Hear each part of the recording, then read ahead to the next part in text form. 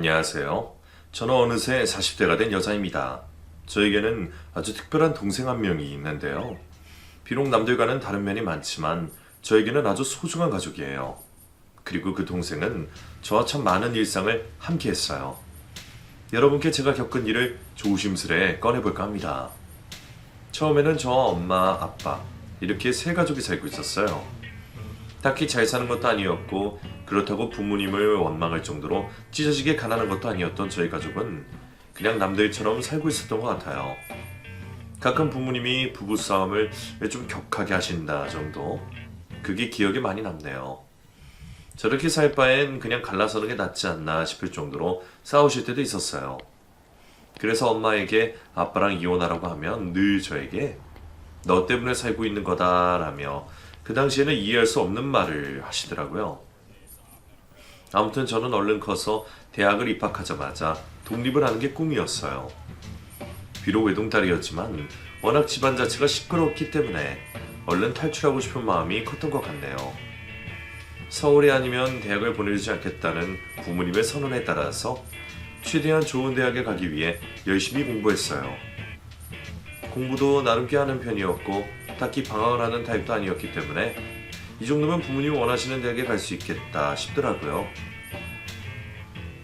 하지만 저희 가족은 제가 18살 때 완전히 해체가 되었습니다.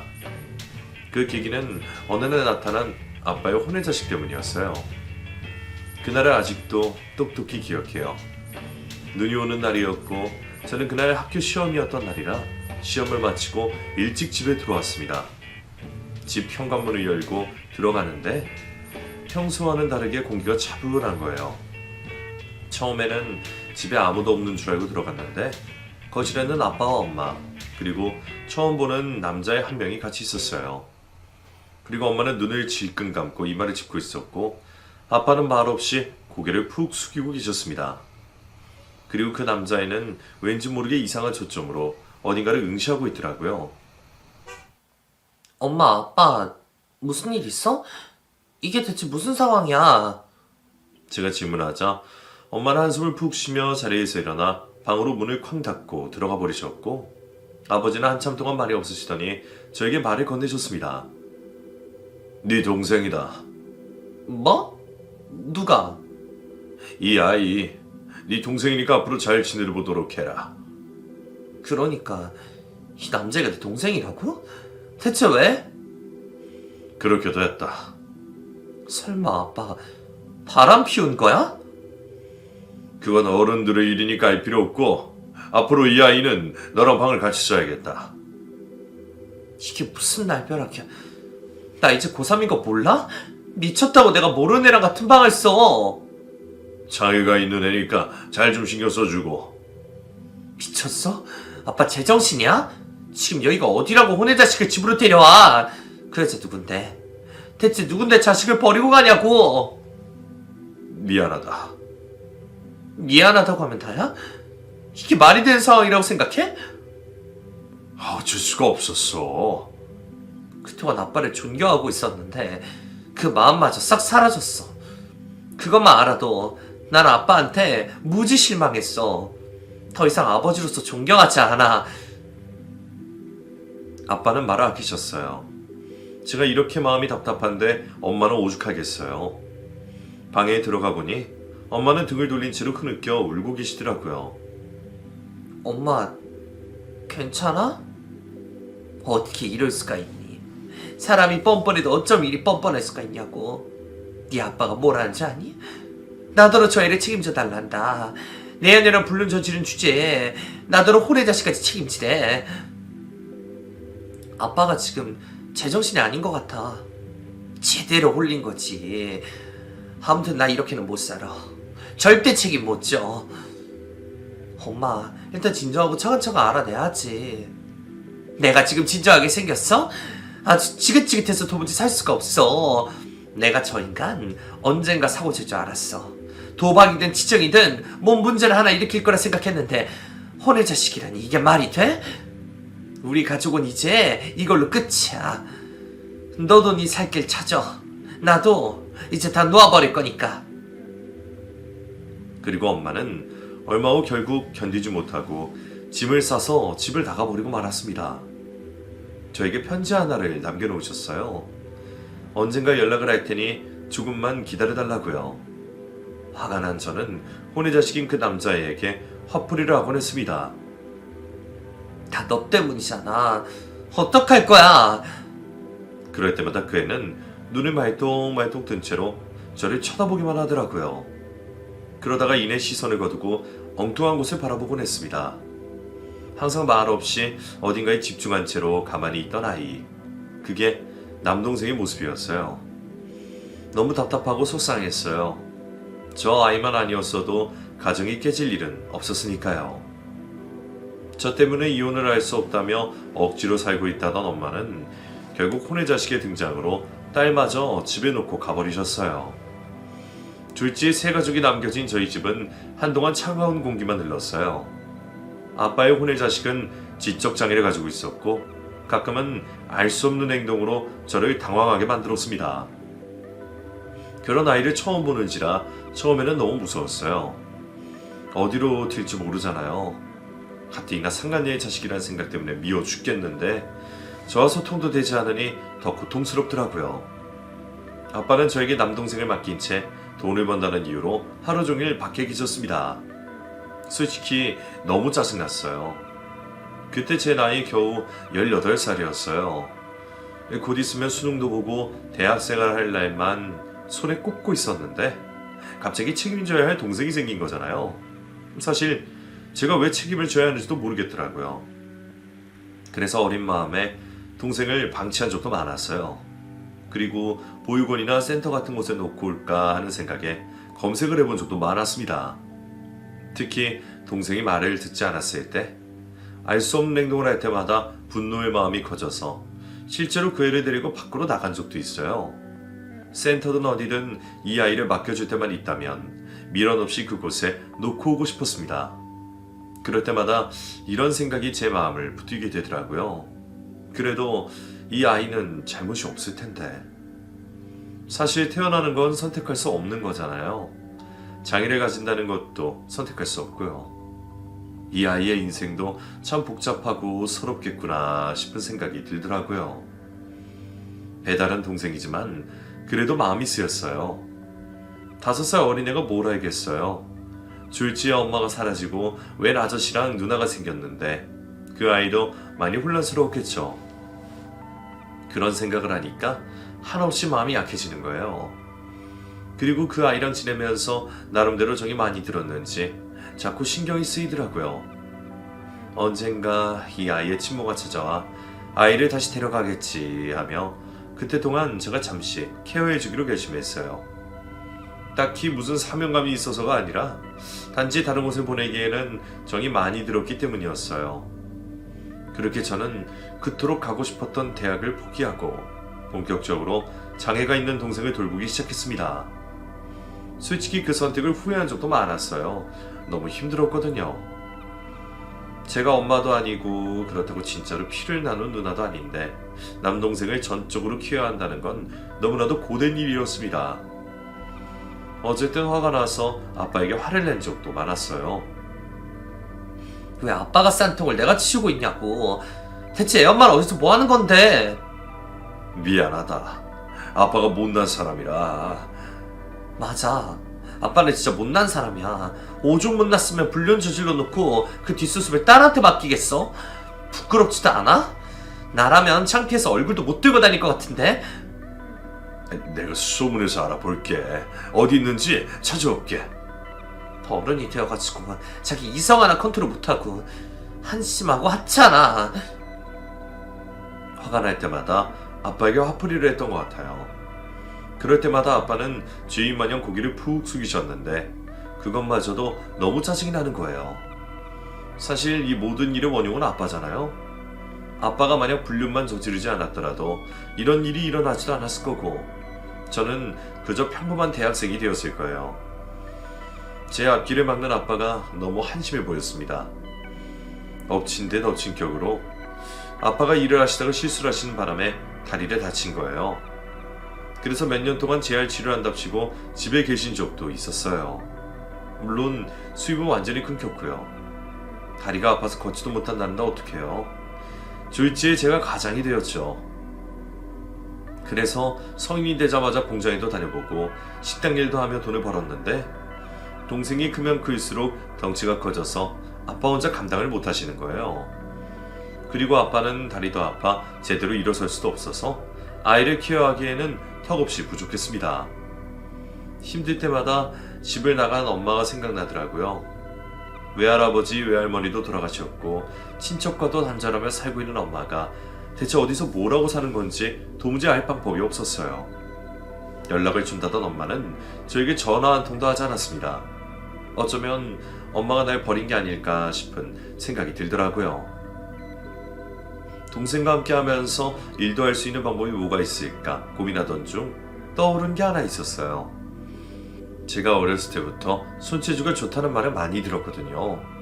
그래서 공장을 다니며 모은 돈으로 공방 하나를 차리게 되었어요. 그리고 비즈 공예로 액세서리를 만들어 팔거나 클래스를 운영하는 형태로 돈을 벌기 시작했는데요. 남동생은 옆에서 손으로 이것저것 만들고 있었고 저는 그 사이 작업을 하거나 클래스를 열면 되는 거였으니 한결같더라고요.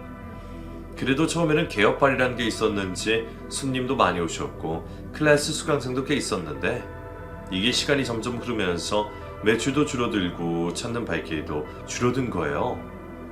월세를 내기도 빠듯했던 상황이었는데 심지어 월세까지 올린다고 하시니 숨이 턱턱 막히는 기분이 들더라고요. 그래도 어떡해요? 먹고 살려면 어쩔 수 없잖아요. 그때는 혼자서 마음을 다잡으며 앞만 보고 달려가자고 다짐했어요. 그렇게 저는 공방을 운영하며 시간이 날 때마다 다른 부업도 틈틈이 해나갔어요. 그런 제 마음을 아는지 모르는지 동생은 무심하게도 제 속을 썩인 적도 많았어요. 가장 서글펐던 건 우리가 서로 이해할 수 없는 관계라는 걸 알게 되었을 때였어요. 저는 그 아이가 무슨 생각을 하는지 정확히 알지 못했고 동생은 제가 뭘 원하는지 정확히 알지 못했어요. 그 간격을 도저히 좁힐 수 없을 땐 정말 답답하고 눈물이 나더라고요. 남들은 저더러 너무 착하다고 복받을 거라고 했습니다. 하지만 그 사람들은 저의 내면을 모르잖아요. 저는 끊임없이 동생이 귀찮을 때도 있었고 다 포기하고 싶을 때도 많았어요. 겉으로는 안 그런 척했지만 수없이 많은 갈등을 하며 살았던 것 같네요. 때로는 저에게 내린 형벌이 너무 가혹하게 느껴질 때도 많았어요. 현재 이 아이를 책임질 수 있는 사람은 저밖에 없다는 현실이 제 등을 밀고 나아갔던 것 같아요. 착해서 책임감이 강해서 동생을 키웠던 게 아니라 내가 아니면 이 아이는 정말 어떻게 될지 모르니까 최소한의 양심이라는 게 있으니까 등 떠밀려 키웠던 것 같기도 합니다. 물론 나중에는 애처로운 마음이 들더라고요. 진짜 제 동생같이 느껴질 때도 많았고요. 그렇게 꾸역꾸역 공방을 운영하고 있다가 결국에는 문을 닫아야 할 시점이 오고 말았어요. 도저히 제 역량으로는 이어나갈 수가 없겠더라고요. 폐업 정리를 하던 그때가 동생이 갓 20살이 되었던 해였을 거예요. 이제는 뭘 먹고 살아야 하나 걱정하고 있던 그때 놀라운 일이 일어났습니다. 인터넷으로 대량 주문이 들어온 거예요. 처음에는 실수로 주문이 들어온 줄 알았어요. 그런데 거기에 덧붙여서 또 주문이 들어온 거예요. 이게 대체 무슨 일인가 싶어서 입을 벌리고 가만히 보고만 있었습니다. 공방을 차린 이후로 가장 큰 주문량이 폐업 직전에 들어오는 게 말이 되나요? 그 주문을 감당하려면 며칠은 꼬박 공방에서 작업을 해야 했어요. 힘든 건 둘째치고 너무 다행이다 싶은 거예요. 마침 돈이 쪼달려서 어떻게 자금을 충당해야 하나 고민이 많았거든요. 고객이 취소하기 전에 얼른 작업을 해야겠다 싶어서 그때부터는 시간이 어떻게 가는지도 모른 채 작업에만 몰두했습니다. 결국 고객님이 원하는 시간에 맞춰 제품을 준비하게 되었죠. 픽업하러 오신다고 하셔서 공방에서 기다리고 있었어요. 제 동생도 곁에 있었고요. 시간에 딱 맞춰서 공방문이 열리더라고요. 중년 여성 한 분이 들어오셨는데 유독 반짝거리는 구두가 눈에 띄었어요. 딱 봐도 고급스러운 풍기는 그런 분이셨죠. 그분은 저에게 목례를 하더니 제 옆에 있는 동생에게 시선을 돌리셨습니다. 주문하신 고객님이죠? 제품 준비해드렸습니다. 그분은 제 말이 들리지 않으시는지 가만히 제 동생만 바라보고 있는 거예요. 그런데 동생도 그분에게 시선을 거두지 않고 있었습니다. 둘은 한참 동안 눈이 마주쳤고 급기야 그 중년 여성분이 눈물을 또르르 흘리시는 거예요. 저 고객님? 그때였어요. 제 동생이 그분을 향해 이렇게 말하더라고요. 엄마? 저는 순간 너무 놀라서 얼음줄을 굽게 되었고 그분은 천천히 제 동생에게 다가가 포옹을 하시더라고요. 그리고 오열을 하기 시작하셨습니다. 아들, 우리 아들. 그러니까 저에게 대량 주문을 했던 고객이 다름 아닌 제 동생이 친모, 아버지의 불륜 상대였던 것이었어요. 예전에 혼자 상간녀를 만나면 어떤 심정일까 상상한 적이 있었어요. 제일 먼저 화가 날 것이라고 생각했는데 막상 그 상황을 경험해보니 놀라는 마음에 아무것도 하지 못하게 되더라고요. 저는 그저 가만히 그 광경을 지켜볼 수밖에 없었어요. 왜 아이를 혼자 버려두고 갔는지, 잘 살고 있으면서 왜 한 번도 찾아오지 않았는지 궁금한 것들이 정말 많았지만 입이 떨어지지 않더라고요. 그렇게 눈물의 모자 상봉이 이어지고 있던 그때 말도 안 되는 기적이 찾아왔습니다. 공방문이 열리더니 또 한 명의 중년 여성이 들어오는 거예요. 오랜 세월 보지 않았음에도 단번에 알아차릴 수 있었어요. 제 엄마라는 사실을요. 보자마자 심장이 덜컥 내려앉는 기분이더라고요. 엄마는 저에게 달려오시며 저를 안아주시더라고요. 우리 딸, 엄마가 미안해. 이제야 찾아와서 미안해. 엄마? 그래, 엄마야. 어디 갔었어? 사정이 있었어. 미안해. 내가 얼마나 힘들었는데. 15년 만에 엄마를 마주하니까 눈물이 멈추지 않더라고요. 지금 상황이 어떤 상황인 건지 질문도 할 수 없을 정도로 눈물이 나서 한동안 엄마의 품에 안겨 눈물만 쉴 새 없이 흘렸어요. 엄마에게 묻고 싶은 것들이 많았습니다. 겨우 마음을 진정시킨 후 엄마에게 물어봤어요. 도대체 어디 있었어? 무슨 일이 있었던 건데? 얼굴은 왜 이렇게 까매졌어? 그날 집을 나온 이후로 많은 일들이 있었어. 내가 얼마나 걱정했는데 나는 엄마가 나를 버린 줄 알았어. 내가 딸을 왜 버려? 엄마도 우리 딸이 얼마나 보고 싶었는데. 그때 집을 나온 이후로 더 이상 그 인간이랑 같이 살 수 없겠다고 결단을 내렸어. 결혼 생활을 이어가는 게 의미가 없다고 느낀 거지. 심지어 그 인간한테 배신까지 당한 마당에 더 이상 그 집에 들어가고 싶지가 않은 거야. 그래서 엄마 친구 중에 필리핀 사는 이모 있지? 그 애가 오라고 해서 비행기 타고 잠시 유행이나 겸 갔는데 너무 좋은 거야. 오랜만에 쉬는 느낌도 들고 마음도 진정이 되고. 엄마가 예전부터 해외여행을 너무 하고 싶었다고 얘기했었잖아. 그때 정말 꿈을 이룬 것 같더라. 그러다가 더 이상 친구 집에 머무는 것도 눈치 보이고 돈도 점점 떨어진 마당에 앞으로 어떻게 살아갈까 막막하더라고. 그래서 이것저것 내가 할 수 있는 일들을 구해서 돈을 벌기 시작했지. 숙소도 따로 구해서 돈을 벌다 보니 욕심이 생기는 거야. 좀만 더 벌어야지. 좀만 더 벌고 많이 모아서 딸한테 줘야지 하면서. 그때 마침 한인 중에 가깝게 지내던 사람이 나한테 일자리 하나 소개시켜준 거야. 살던 곳에서 멀리 떨어진 곳이긴 한데 숙식도 제공해주고 돈도 많이 준대. 1년만 바짝 일하면 떼돈 벌고 한국에 돌아갈 수 있다는 거야. 그 말에 옥해서 일을 시작하고 말았지. 얼른 돈 벌어서 너한테 떳떳하고 멋진 엄마로 돌아가고 싶었어. 그런데 그 한인이 사기꾼이었던 거야. 나를 소개해준 대가로 돈을 받고 튀어버린 거지. 그날부터 거기서 빠져나오지 못한 채로 죽어라 일만 하게 됐어. 해외 나가면 동포들끼리 사기친다고 하더니 그 말 틀린 거 하나도 없었어. 땡볕에서 일하다 보니까 정신이 하나도 없고 배만 고프더라고. 시간이 어떻게 흘러가는지 알지도 못하고 전화기는 어디 있는지도 모르고 여권도 잃어버린 지 오래라 너한테 연락할 수도 없었어. 온 사방이 허허벌판이라 뛰어가다가 잡히면 큰일 나겠구나 싶어서 묵묵히 일만 하게 됐지. 일하다 보니까 거기서 사람들도 새로 만나게 되고 나름 적응해가면서 살아가니까 나름 또 살만하더라니까. 사람이 진짜 적응하면 무서워지는 게 탈출할 마음을 내려놓게 되더라. 아예 포기를 하게 되어버리더라고. 그래도 죽기 전에는 너를 만날 수 있겠거니 하면서 버티고 또 버텼어. 그랬더니 어느 날 밤에 누군가 나를 탈출시켜준 거야. 큰 차를 가지고 와서 나한테 타라고 하더라고. 알고 보니 어떤 한국 여자가 나를 구해달라고 지시했다는 거야. 그래 나한테 먹을 걸 주고 돈도 주고 비행기 값도 주는 거야. 너무 고마워서 감사하다고 인사를 드리려고 하는데 갑자기 그 여자가 내 앞에서 무릎을 꿇더라고. 사실은 본인이 나한테 잘못을 저질렀다고, 너무 미안하다고 눈물을 보였어. 자기가 혼외자의 엄마래. 그게 지금 저기 있는 여자야. 저 여자가 바로 나를 노예 생활에서 구해준 여자이자 그 인간의 상간녀였던 거지. 본인이 나에게 제일 먼저 사과를 하고 싶었대. 알고 보니 이 여자 지인이 필리핀에서 큰 사업을 하나 봐. 그래서 내 소식을 소문에서 알게 되었더라고. 아무튼 불륜을 저질러서 미안하다고 평생 후회하며 살고 있다고 하는데 그 말을 듣는 순간 고마움은 싹 사라져버리고 화가 나더라. 나를 이렇게 만든 원인 제공자가 나타났으니 얼마나 열이 받았겠어. 당장 머리채를 잡고 따귀를 때리고 등을 치고 난리를 피웠지. 그 자리에서 죄다 엎어버렸어. 그랬는데 이 여자가 가만히 맞기만 하는 거야.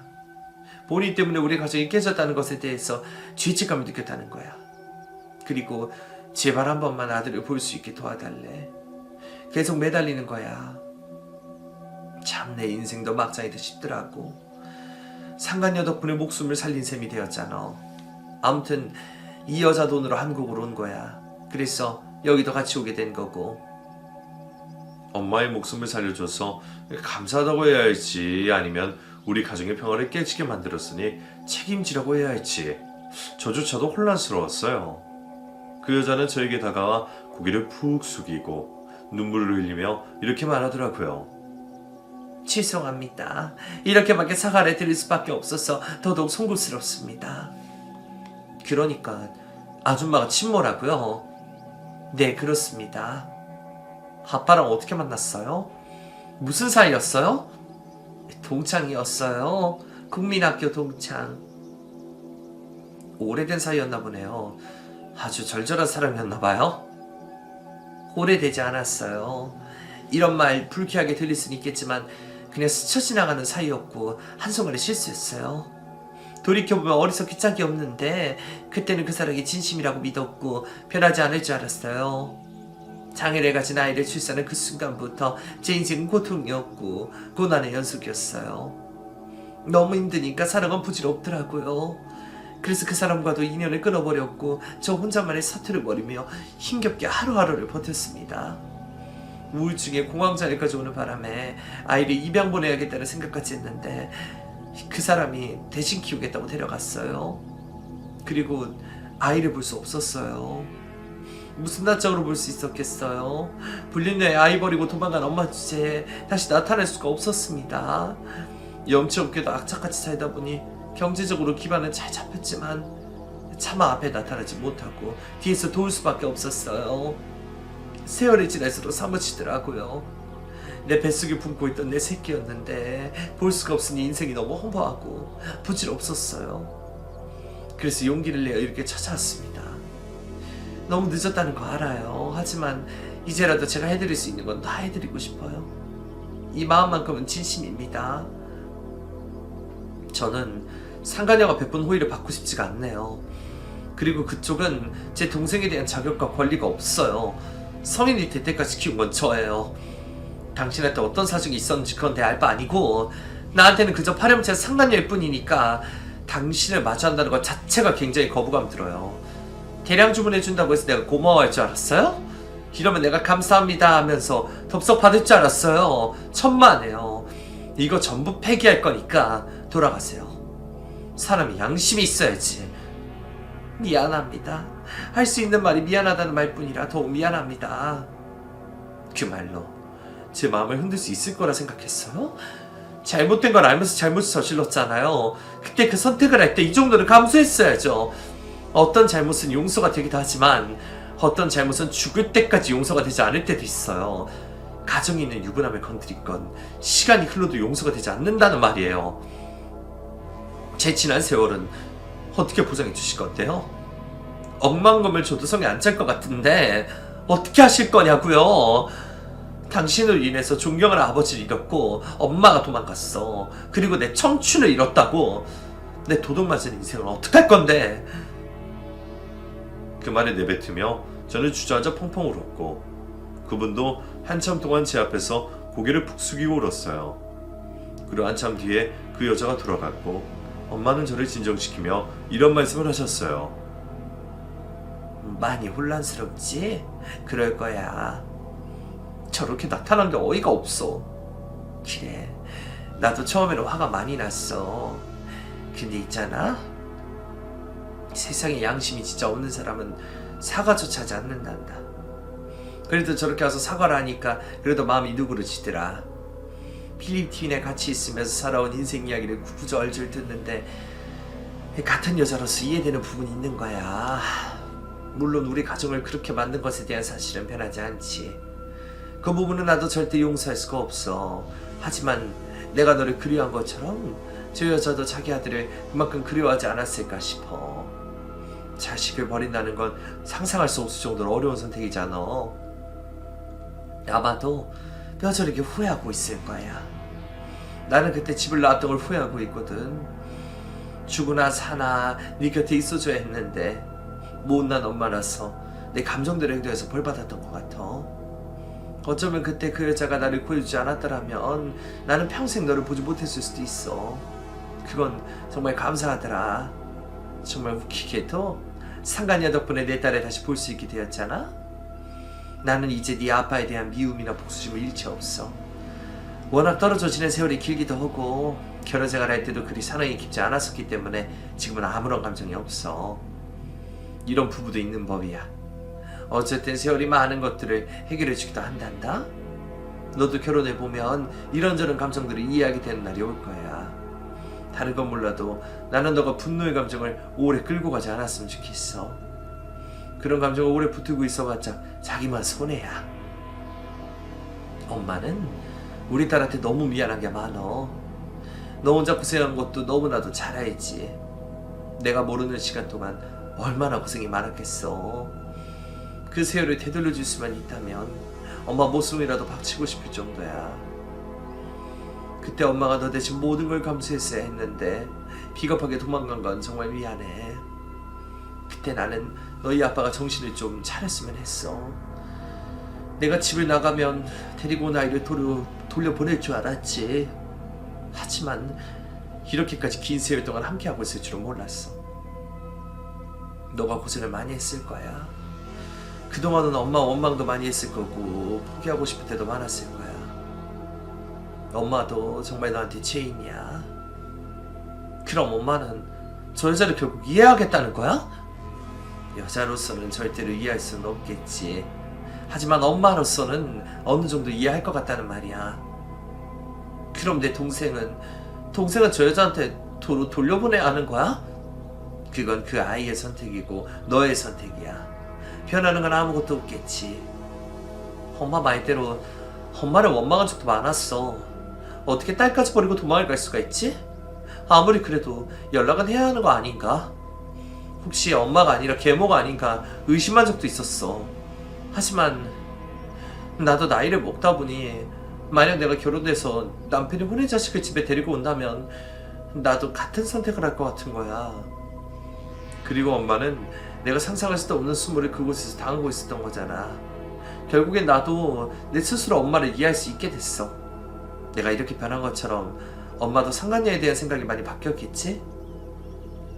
아빠에 대한 마음도 많이 바뀌었을 테고. 근데 나는 솔직히 아직 모르겠어. 나는 그 여자를 이해하고 싶진 않거든. 이것도 시간이 흐르면 바뀔 수 있을까? 바뀌지 않아도 돼. 마음은 여전히 미워해도 된다는 얘기야. 그 여자에 대한 호칭은 뭐라고 해야 할지 모르겠네요. 일단은 상간녀 아줌마라고 표현하도록 할게요. 그 아줌마는 생각보다 꽤 성공을 거둔 여자더라고요. 그 아줌마가 성취를 이룰 시간 동안 저는 동생을 키우느라 고생을 한 거잖아요. 따지고 본다면 희생과 시간을 맞바꿨다고 볼 수 있겠네요. 너무 화가 났어요. 그리고 긴 시간 동안 혼자 고민을 했습니다. 내가 왜 이렇게 화가 났나? 아마도 잃어버린 제 세월이 불쌍했기 때문이었겠죠. 아무튼 그에 따른 보상을 해주겠다고 하는데 솔직히 거절할 용기가 나지 않는 거예요. 그때의 제 상황은 너무나 힘들었고 파산이 코앞이었으니까요. 누군가 저를 구원해 줄 수만 있다면 저는 악마에게 영원이라도 팔고 싶은 심정이었어요. 그래서 저는 나름 합리화를 하며 아줌마의 도움을 받기로 했습니다. 그렇게 저는 상간녀의 도움으로 번듯한 공방을 다시 차릴 수 있었고 위치가 좋은 곳으로 이사도 갈 수 있게 되었어요. 그리고 그곳이 상간녀 아줌마가 소유한 건물인데 월세를 받지 않기로 하셨습니다. 그리고 그 건물 근처에 있는 거주지를 마련해 주셨어요. 같은 집이었지만 각각 위아래층이 나뉜 곳이었는데 위층에는 동생이 살고 아래층에는 저와 엄마가 살면서 가끔은 그 아줌마가 동생을 보러 오는 곳으로 합의를 봤네요. 정말 이상한 관계라고 볼 수 있죠. 그래도 그 아줌마의 등장으로 인해 인생이 한결 윤택해진 건 부정할 수가 없었어요. 금융치료라는 말이 있잖아요. 돈이면 다 해결되진 않지만 어느 정도의 보상은 돈으로 가능하다는 걸 깨닫게 되었어요. 어떤 분들은 저희 모녀가 너무 쉽게 상간녀를 용서해줬다는 생각을 하실지도 모르겠어요. 물론 저도 그렇게 생각할 때가 있어요. 하지만 여기에 있었던 일들을 모두 써내려가지 않아 전부를 설명하지 못했지만 많은 일들이 있었고 그 사이에 저희는 조금씩 증오의 감정을 덜어낼 수 있었습니다. 그리고 결론을 내렸죠. 받을 수 있을 때 받자고요. 그리고 그분은 제가 학업을 중단했던 걸 미안해하시면서 다시 대학 진학에 도전해보는 게 어떻겠냐고 하시더라고요. 저도 내심 하고 있는 일에 대한 전문적인 지식을 쌓고 싶은 욕심이 컸기 때문에 일을 하면서 대학 진학을 준비했고 결국 예전부터 가고 싶었던 대학에 들어가 공부하고 싶었던 전공 수업을 들을 수 있게 됐어요. 수업을 듣느라 공방을 비워야 할 때는 직원분들이 대신 일을 해주셨고요. 그리고 대학을 졸업한 후 저는 본격적으로 제 액세서리 브랜드를 런칭하게 되었고 쇼핑몰도 함께 운영하며 예전보다 훨씬 상황이 나아졌어요. 이 모든 것들이 불과 몇 년 만에 이루어진 셈이었죠. 그리고 더 놀라운 일이 펼쳐졌어요. 솔직히 저는 제 동생이 사회생활을 할 수 없을 거라 생각했거든요. 그런데 이것저것 배우더니 결국 카페 아르바이트에 도전하게 되었고 너무 기특하게도 그곳에 적응을 잘하게 되었습니다. 이게 별게 아닌 것처럼 보일 수 있는데 저로서는 너무 기적 같은 일이었어요. 이제는 사회의 일원이 되어 독립적으로 일을 할 수 있다는 것 자체가 감격스럽더라고요. 꼬마였던 동생이 성인이 되어 월급도 받아온다니 마치 엄마의 마음으로 기특해졌어요. 동생이 첫 월급을 타서 저에게 전해주던 순간을 아직도 잊을 수가 없어요. 눈물을 흘리며 동생에게 이렇게 말했습니다. 두나가 미안해. 여태껏 너한테 한계가 있다고 생각했는데 그 생각이 틀렸어. 앞으로는 하고 싶은 일 마음껏 하면서 살아. 누나가 응원할게. 저희 아빠는 예전에 살던 곳에서 혼자 살고 계세요. 저희 엄마랑은 갈라섰고요. 그리고 엄마는 얼마 전부터 살고 싶다고 했던 곳이 있어서 그곳으로 혼자 이사가서 살기 시작하셨습니다. 저는 여전히 동생과 함께 지내고 있고요. 그렇게 모두가 흩어져서 살게 되었죠. 그렇게 저희 가족은 각자 라이프 스타일에 맞춰서 하고 싶은 일 하며 살고 있어요. 저는 여전히 제 사업을 하면서 동생과 시간을 보내고 있습니다. 그래서 명절에는 정말 웃긴 상황이 펼쳐져요. 일단 아침에 잠깐 아빠에게 가서 인사드리고 낮에는 아줌마에게 제 동생을 차로 데려다주고 저녁에 엄마를 만나러 운전을 해서 가요. 그렇게 바쁜 일정을 보내곤 합니다. 저는 여전히 아빠를 존경하진 않지만 그래도 딸로서 아버지께 해드릴 수 있는 최소한의 것들만 해드리고 있어요. 나중에 후회는 남기지 말아야 하잖아요. 아빠는 저를 만날 때마다 엄마의 안부를 묻곤 하시더라고요. 네 엄마 건강히 잘 지내고 있대? 그건 걱정하지 마. 아빠는 아빠 건강만 신경 쓰면 돼. 나야 뭐 똑같지. 내가 오래오래 건강히 살아서 뭐하냐. 아빠도 취미생활 좀 하고 그래. 집에만 있지 말고. 그러다가 몸 나빠져. 그래, 그런 말 해줘서 고맙다. 근데 아빠, 어? 아빠는 후회해? 그때 말이야. 많이 후회하지. 너한테 피해만 준 것 같아서 더더욱 미안하고. 내가 가정을 잘 살폈어야 했는데.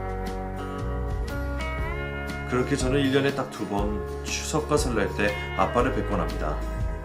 시간이 지날수록 점점 나이 들어가는 모습이 보이더라고요. 사실 어렸을 때는 얼른 나이를 먹고 싶었어요. 그래서 저에게 자유가 주어질 것 같았고 이해할 수 없는 어른들의 세계를 이해할 수 있을 줄 알았거든요. 아무리 시간이 지나도 이해할 수 없는 건 끝까지 이해하기 힘든 것 같아요. 나이만큼 철이 드는 사람도 있고 나이 들었지만 철이 들지 않은 사람도 있잖아요. 시간이 지나도 인생은 이해할 수 없는 어려운 것이라는 걸 새삼 깨닫게 됩니다. 저희 엄마는 현재 정원이 함께 있는 집에서 텃밭을 가꾸고 난초를 키우며 지내고 계세요. 그리고 혼자 살고 있는 지금 이 순간이 가장 행복하다고 하시네요. 가끔씩 연락하면 동네 행사니 뭐니 친구분들과 약속이 항상 잡혀 있어서 만나기도 쉽지가 않더라고요. 그래서 엄마를 만나려면 저보다 한 달 전에는 미리 스케줄을 물어봐야 해요. 만날 때마다 엄마는 점점 얼굴이 좋아지고 있더라고요. 해외에서 고생을 하고 돌아온 직후에는 정말 가슴이 아플 정도로 상태가 좋지 않아 이제는 점점 젊어지고 계십니다. 가끔 만나면 저에게 이런 말씀을 하시더라고요. 꼭 누가 곁에 있다고 해서 행복한 건 아니더라. 혼자서 행복할 줄 아는 사람이 돼야지. 그러니까 너도 결혼 같은 거 쫓겨사지 말고 진심으로 너를 위해줄 수 있는 사람이랑 결혼해. 뭐 안 나타나면 그만인 거고. 딸한테 비혼이라도 하라는 얘기야? 엄마는 결혼해놓고? 나야 뭐 아무것도 모를 때 결혼했으니까. 요즘 사람들은 워낙 하고 싶은 일도 많을 거고 다양한 도전 해볼 수 있잖니. 돌이켜보니 인생이 참 짧더라. 너도 후회 없는 인생을 살아. 나는 다른 건 몰라도 너를 낳은 건 절대 후회 안 해. 어쩌면 내 인생의 가장 큰 업적이자 성취인 셈이지. 너도 누군가에게는 귀한 사람이니까 그거 잊지 말고 살아. 웬일이야? 잔소리만 하더니 따뜻한 말도 다 하고. 나도 이제 나이가 들었나 보지. 이제는 마음도 많이 안정이 되더라. 엄마는 어느새 인생의 안정기에 접어들었다고 하셨어요. 사실 저도 지금이 제 인생에서 가장 안정적인 시기라 생각해요. 이제 더 이상 나쁜 감정이 파도처럼 몰려오지 않거든요. 신기하게도 엄마는 가끔씩 그 아줌마와 연락을 하며 지낸다고 하시더라고요. 살다 보면 이런 관계가 있을 수도 있고 이런 일이 펼쳐질 수도 있구나 싶은 게 정말 신기한 것 같습니다. 이런 일이 있고 나서부터는 저도 이제 남의 인생에 대해 함부로 평가하지 않게 됐어요. 사람 사는 방식은 제각기 다르고 가족의 형태도 다양하잖아요. 직접 그 인생을 살아보지 않는 이상 남의 인생에 대해 왈가왈부하는 것은 굉장히 부질없는 짓이라고 생각해요. 저는 앞으로도 제 갈 길을 열심히 갈 생각이에요. 그리고 동생이 어엿한 사회의 일원이 될 수 있도록 최선을 다해 도와줄 계획입니다. 생각해보면 동생으로 인해서 제가 얻은 것들이 참 많아요. 여태껏 느껴보지 못한 감정들을 느꼈고 그 덕분에 제가 이렇게 성장해서 제대로 된 인간으로 큰 것 같아서 감사할 따름입니다. 다만 제가 누나로서 의무와 책임을 제대로 하지 못한 것만 같아서 미안한 생각이 많이 들어요. 저도 그때 너무 어렸으니까 서툰 부분이 많았거든요. 그래서 동생을 볼 때마다 마음이 아플 때가 많아요. 많이 부족한 누나지만 그래도 가족이라고 따라준 동생에게 고마움을 전하고 싶습니다. 제가 성숙하게 된 건 전부 동생 덕분이에요. 그리고 이제 유일하게 바라는 건 제 동생이 좋은 사람들만 만나고 좋은 경험만 했으면 좋겠어요. 장애가 있어도 살만한 세상이라는 걸 꼭 보여주고 싶습니다. 그리고 언젠가 동생을 데리고 해외로 이민을 가고 싶어요. 더 넓은 세상을 보여주고 싶고 더 나은 세상을 보여주고 싶은 누나의 욕심이겠지만 언젠가 꼭 이루고 싶습니다. 과거에 저는 인생이란 끝없는 고난이라고 생각했어요. 아무리 노력해도 바꿀 수 없고 조금만 멈춰도 취약을 면하지 못하는 게 인생이라 믿으며 무기력하게 산 적도 있었습니다. 하지만 지금은 생각이 달라졌어요. 인생은 위기를 기회로 바꾸면 얼마든지 뒤집힐 수 있다고 생각해요. 좋은 일이 생기기 전에는 항상 나쁜 일이 먼저 오더라고요. 그 나쁜 일을 어떻게 받아들이느냐에 따라 인생의 길이 정해지는 것 같아요. 아직 저도 살아갈 날이 더 많이 남았지만 이제는 두렵지가 않네요. 삶에 대한 태도가 바뀌니까 인생도 바뀌는 기분이 들어요. 어렸을 적부터 별명이 애늙은이였어요. 워낙 인생 풍파를 직겪었고 이런저런 일들을 경험하다 보니까 말이 많아지고 남에게 조언도 많이 하다 보니 그런 별명을 얻은 것 같네요. 여러분들의 인생이 궁금해지네요. 저는 남의 인생 얘기를 듣는 걸 정말 좋아하거든요. 그래서 가끔씩 사연을 듣고 나는데 아무래도 제 인생도 만만치 않을지라 사연을 써보기로 결심하게 됐어요. 어떠셨을지 모르겠네요. 다른 사람이 살아온 인생을 보고 배우는 게 많잖아요. 제 인생 이야기를 보고 누군가가 도움을 받길 바라며 사연을 올립니다. 읽어주셔서 감사드려요. 모두들 좋은 하루 보내세요.